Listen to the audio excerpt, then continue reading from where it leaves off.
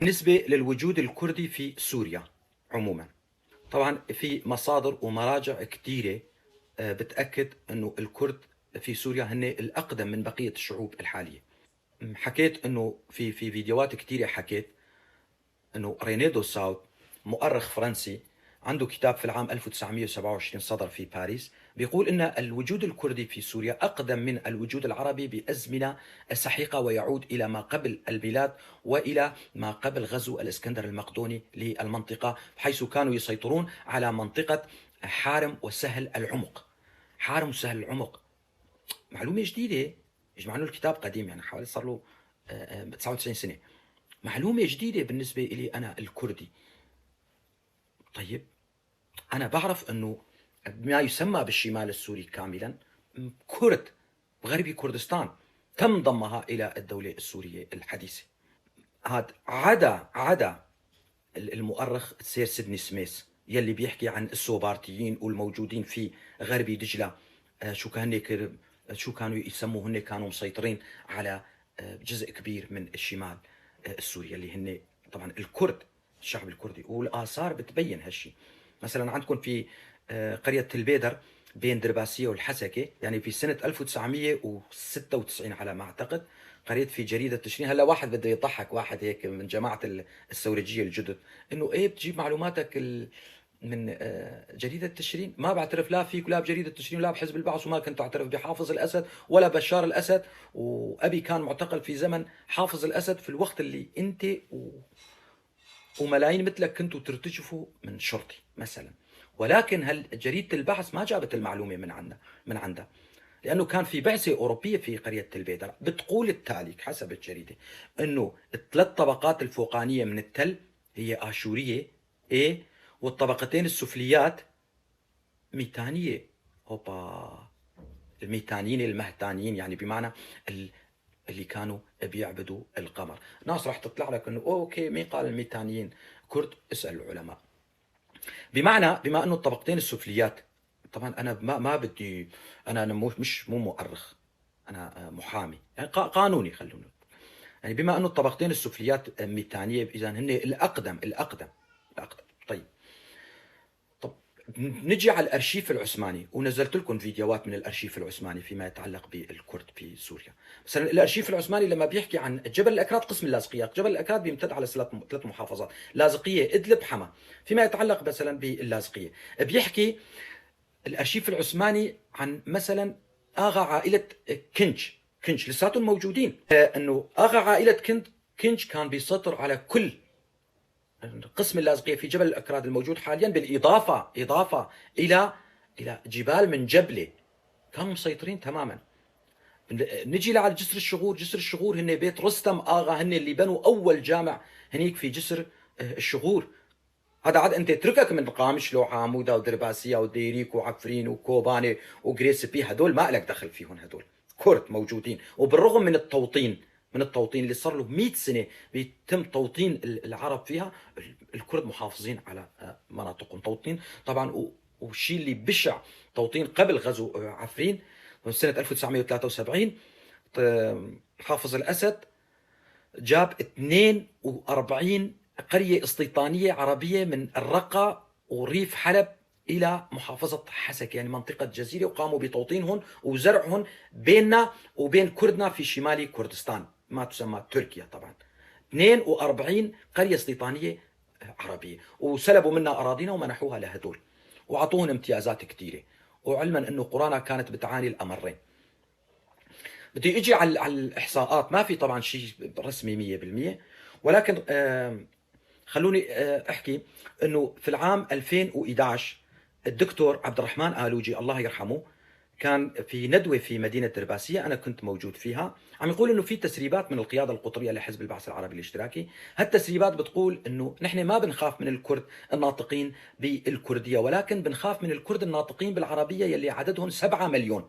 7 مليون في العام 2006. هذا التسريب الاجتماع للقيادة القطرية عام 2006. طيب ستوب، نتوقف هون.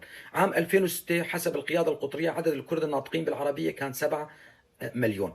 وخلينا نقول بشيء تقديري أقل شيء الكرد الناطقين بالكردية كان عددهم 3 3 مليون. إذا عدد الكرد في وقتها في العام 2006 كان 10 مليون. في عام 2010 كان في إحصائية عدد سكان سوريا عموما كان حوالي 22 مليون. إذا في العام 2006 نسبة الكرد في سوريا كانت النصف، 50%، الكرد الناطقين بالكردية والكرد الناطقين بالعربية. لهيك انه رسالتي دائما بوجهها للكرد الناطقين بالكردية، انه انت يا كردي لا ناطق بالكردية لا تعتبر الكردي الناطق بالعربية انه مش كردي، لا، لسببين. الاول، اذا الكردي الناطق بالعربية عم يقول انه كردي وفقد اللغة، امر طبيعي جدا بيضل كردي. السبب الثاني، انت الكردي، يعني انا وانت الكرد الناطقين بالكردية ما في عنا ختم القومية لا نعطيه لفلان او نسحبه من فلان. الموضوع القومي طبعا. اذا الجماعة اي كردي ناطق بالعربية بيفتخر بقوميته، واي شخص ثاني كمان يفتخر بقوميته، امر طبيعي، الله خلقنا يعني، فبيكون على عيني وراسي. اما الكردي المستعرب، مين هو الكردي المستعرب؟ هو انتماؤه للقوميه العربيه، يعني تخلى عن اصله. هذا انا بسميه، مو انا بسميه، هو مستعرب، نقطه، انتهى. اما الناطق بالعربيه ما يعتبر مستعرب، يعتبر كردي ناطق بالعربيه. الارجنتين والبرازيل ما بيحكوا لغاتهم، اللي بيحكي اسباني، اللي بيحكي برتغالي، بس بيضل ارجنتيني، بيضل الثاني برازيلي يا جماعه. هذا كلامي، انه للكرد الناطقين بالكرديه. اذا نتوصل لشو؟ انه طبعا قلت انه في العام 2010 اذا نسبه الكرد كانت 50%. انا كمان صار لي يعني من سنه نهايه 2012 لليوم يعني حوالي 14 سنه عم قوم بالتوثيقات سواء كتابيه وعن طريق الفيديوهات.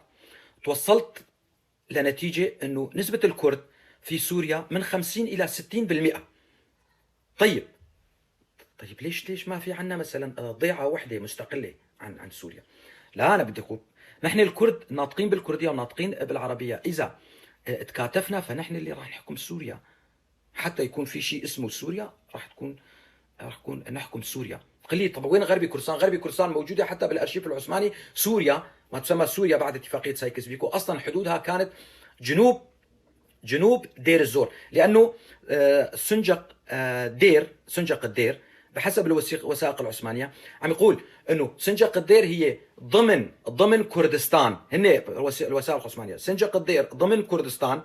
بجنوب هالسنجق هاي بتقع عرب تشولي. تشول كلمه كرديه تعني البريه كمان كلمه كرديه، بريه يعني عند الشمس بالمطلق، ليست كلمة عربية. يعني جنوب دير الزور كان برية العرب، يعني كان في العرب البدو موجودين. جنوب هالبرية هاي كانت سوريا. اوكي، اذا سوريا، حدود سوريا تاريخيا هي جنوب دير الزور بكتير. طيب العمل انه نحن بعيدا عن السياسة، ما لنا دخل بالاحزاب. نجي طبعا نحن حكينا بالنسبه للكرد الناطقين بالعربيه، انا بشمل معظم العلويين والدروز كمان. العلويين في غالبيتهم الساحقه، مش الكل، في مو غير اللي اجوا مثلا من 100 سنه من مصر ومن المغرب واجوا على الساحل السوري، هذول لا. ولكن العلويين في غالبيتهم كرد. كيف؟ كيف كرد؟ طب شو دليل؟ بس هيك كرد وبس، هيك خلاص كرد وبس؟ لا، مو هيك كرد وبس. طب انت بدك تروح عند الطائفه العلويه الكريمه، بتقول لهم النوروز شو بيعني لكم؟ بقول والله النوروز عندنا شيء كثير كبير بالسجلات، سجلات الطائفه، عندهم سجلات. خليهم يبحثوا عن النوروز. القائد الكردي الايزيدي المكزوني شو بيعني لهم؟ ليش أخذ جيشه من شنغال أو كما يسموها بالعربية السنجار؟ ليش؟ وراح دافع عن العلويين. سبب؟ يعني علويين كرد يزيدية. شو جاب لجاب؟ بدك تحكي مو؟ الموضوع طويل. نجي على الدروز كتسمية، درزي بمعنى الخياط، ودرزي ترزي خياط، درزي هي الإبرة. إيه بس هيك على التسمية؟ لا. في عالمين اساتذه جامعه بحيفا باسرائيل عاملين التحليل الدي ان اي لكثير من الدروز، والنتيجه كانت انه هدول من شعوب زاغروس. طلع انت على العلوي، على الدرزي، على الايزيدي كديانه، على الايزيدي، على الكاكائي. ايه، على الايزيدي، على الكاكائي. بتشوفهم نفس الشيء، نفس الشيء. مثلا العلوية في شمال كردستان وتركيا بيسموهم قزلباش. قزلباش هدول في عندهم حلقة رقص، طقس ديني، حلقة رقص، دف، هالأمور هاي من الديانة اليارسانية. يعني وأنا بحسب مقابلتي مع رئيس منظمة ميثرا للديانة اليارسانية، للثقافة اليارسانية، الأخ والصديق رجب كاكائي، قال بالمختصر نحن في عموم العراق يسمونا كاكائيين، يعني الأخ الأكبر. في إيران عموما يسمونا يارسان، يار سان بمعنى أحباب الله. في تركيا وسوريا يسمونا العلويين. طيب أخي، شوي شوي بس يعني ينشال الخوف من عموم سوريا، وإذا صارت إحصاءات دقيقة الكرد الناطقين بالكردية راح ينصدموا بنسبة الكرد في سوريا. الكرد الناطقين بالكردية راح ينصدموا في بنسبة الكرد في عموم سوريا.